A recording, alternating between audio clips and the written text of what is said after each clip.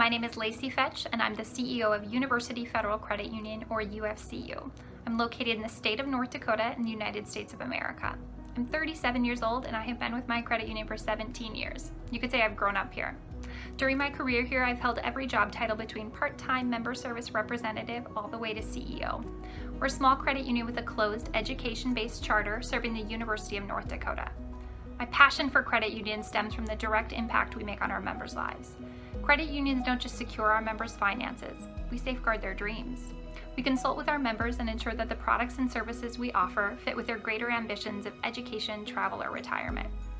UFCU has a large percent of members who are international students. In 2018, I spearheaded a change to our outdated lending policies, which place restrictions on borrowers who are non-US citizens. These restrictions unfairly stigmatize our international members, who in reality are some of the most appreciative, hardworking, and intelligent people we serve. I mean, can you imagine studying applied physics in a second language? It was truly a joy to make a change that resulted in financial inclusion. As a result, these members received higher credit card limits and more favorable loan terms, which helped raise their credit scores. Their higher credit scores allowed them to secure long-term employment in the US and with credit union financing to purchase their first home. Credit unions are the trusted and non-judgmental resource members turn to when unforeseen obstacles derail their financial plans. Recently, a nurse who cares for COVID-19 patients approached me for help. She was overwhelmed by the hours of overtime she was working and the severity of the pandemic she was fighting.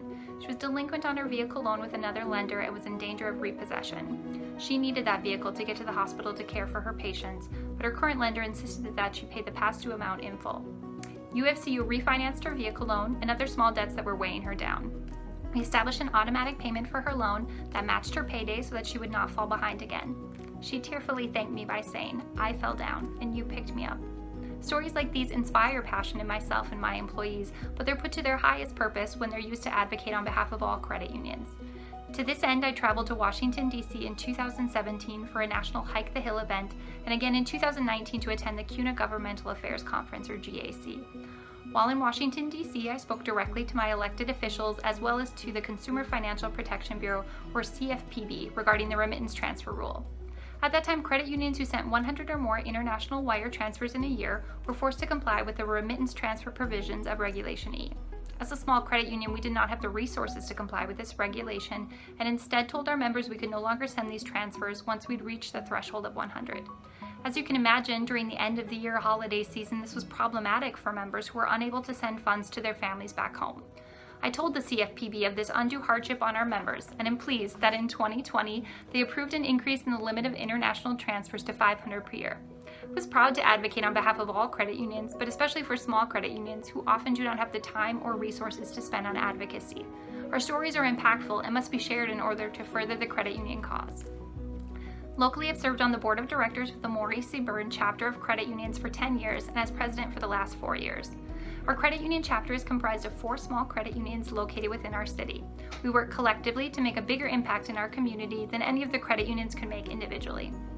Despite the COVID-19 pandemic, we kept our purpose constant by donating blood, volunteering our time to pack food for needy children, and ringing bells for the Salvation Army.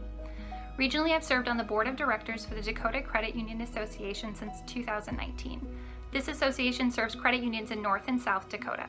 Through my position, I've had the opportunity to strengthen an organization that's a vital advocacy and operational partner for credit unions in my region.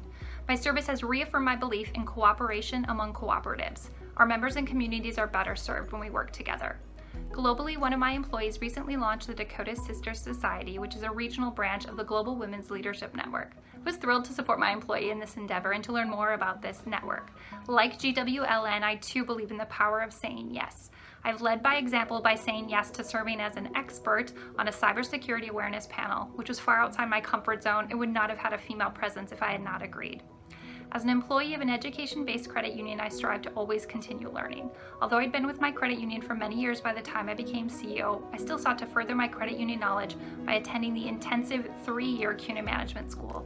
In 2018, I graduated with high honors as a certified credit union executive. I also graduated with 84 classmates and peers who are an amazing resource to this day. By attending the World Credit Union Conference, I hope to learn new ways to engage and serve our members from my global peers. International engagement is crucial at UFCU, where we serve the students of today as they become the leaders of tomorrow. Thank you for your support.